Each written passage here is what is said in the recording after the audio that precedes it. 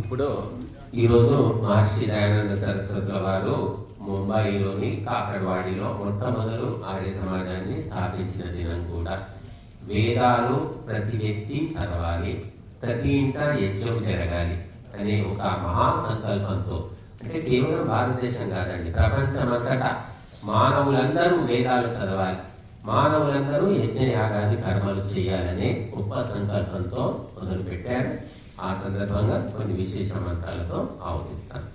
ఓం సంజాని త్వం సంపృచ్ఛ త్వం సంవో మనాసి జానతా దేవా భాగం యథా పూర్వే సంజానానా ఉపాసతే స్వాహా.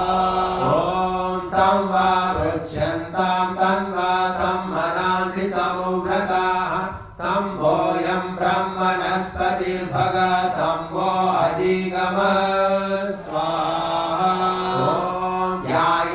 ధ్యాయస్వంతశ్చిత్తినో మా వియోష్టసంపాదయంత సుదురాచరంతః అన్యో అన్యస్మై వల్గు వదంత ఏత సద్రీచీనాన్ వా సమ్మనసృణోమి స్వాహా.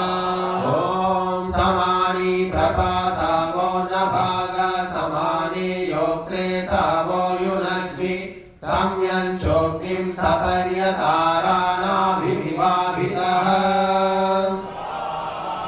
ఓం సద్రీచీనాన్ వా సమనసస్కృణోమ్యేకశుష్టిస్తం వననేన సర్వాన్ దేవా ఇవామృతరక్ష్యమాణాః సాయం ప్రాతః సౌమనసో वो अस्तु.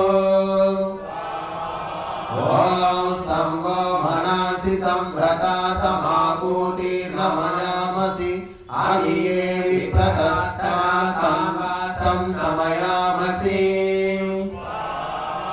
ఓం సమానో మంత్ర సమితి సమాని సమానం మనః సచిత్తమేషాం సమానం మంత్రమభిమంత్ర ఏవ సమానేన వో హవిషా జుహోమి.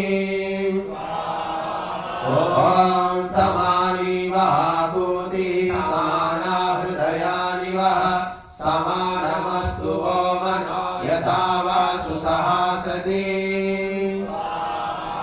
ఓం తత్సవితుర్వరేణ్యం భర్గో దేవస్య ధీమహి ధియో యో న ప్రచోదయాత్.